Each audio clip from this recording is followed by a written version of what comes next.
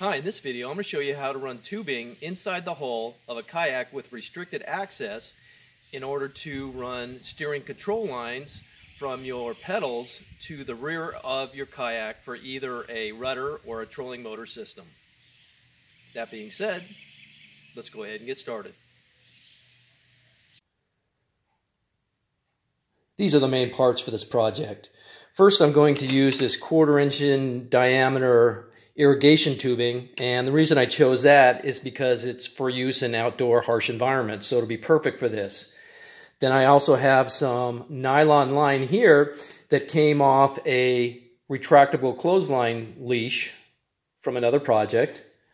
And I have some 2mm in diameter Dyneema cord, which will be the steering lines for this project. And then I also have some marine heat shrink tubing that's large enough to fit over whatever tubing you decide to use.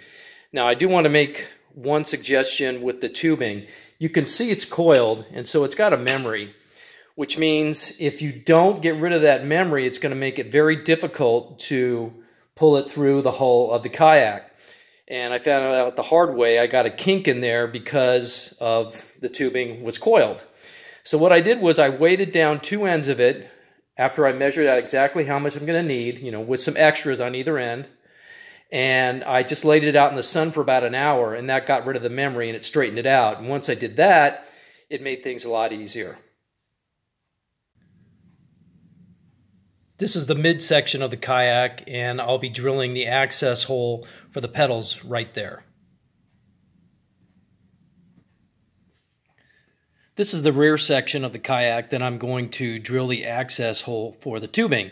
And there's a nice little indentation here that's formed by the kayak already that'll make for a good solid hole. So I fished this curved section of the fish tape through the midsection hole in the hull, and I made it curved so it would actually go to the front of the kayak. And now I'm attaching my piece of nylon cord to it so I can bring it back through the hole.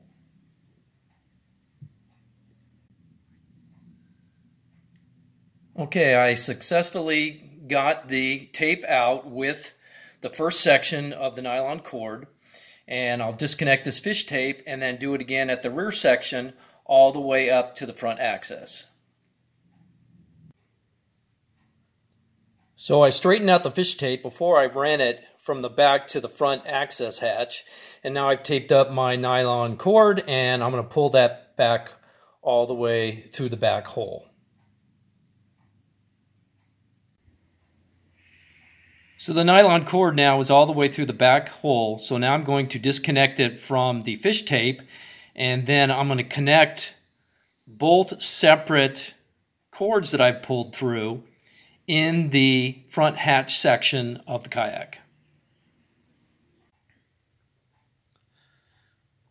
Okay, so after you've run both lines, one from the rear to the front hatch and one to the midsection to the front hatch, you're going to have the two ends. And then what you're going to do is connect them together with a piece of tape, or what I also used, what worked out pretty good, is joining them together using some marine shrink fit tubing, because that keeps the diameter small and makes it easier to go through the tube.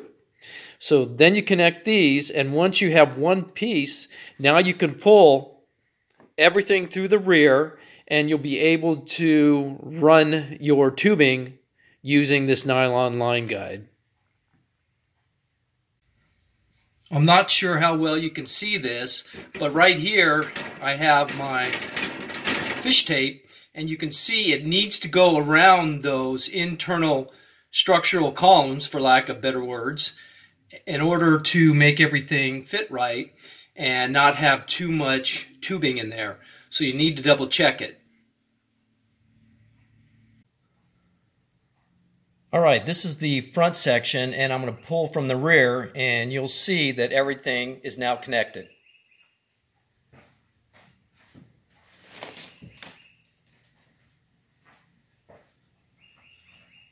Okay, and there's my safety knot. So now I'm going to go ahead and work from the rear. Okay, this is my tubing that I'm going to be using through the hole, and what I did was I doubled up the nylon cord, squeezed it in the end here, and then I wrapped it up really tight with some electrical tape, and now I'm going to pull it through.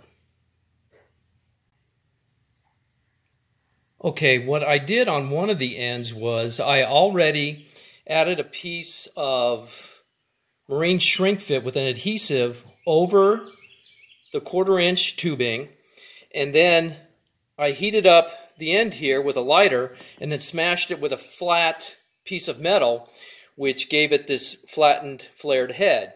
And then I used a heat gun just to tighten that up and shrink it onto the tubing, and it'll make a nice snug fit that's not going to pop through.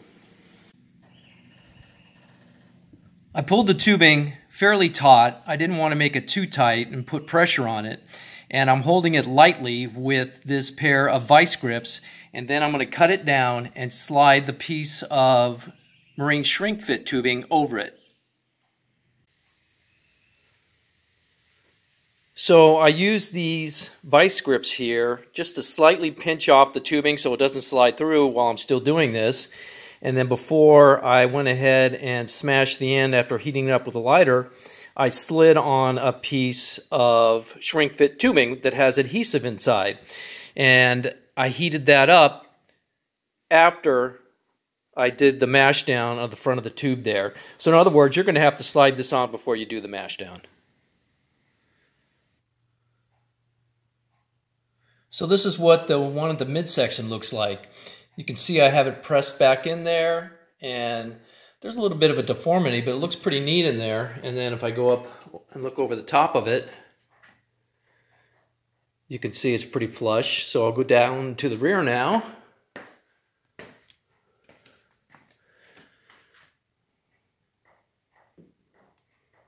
And there is that one.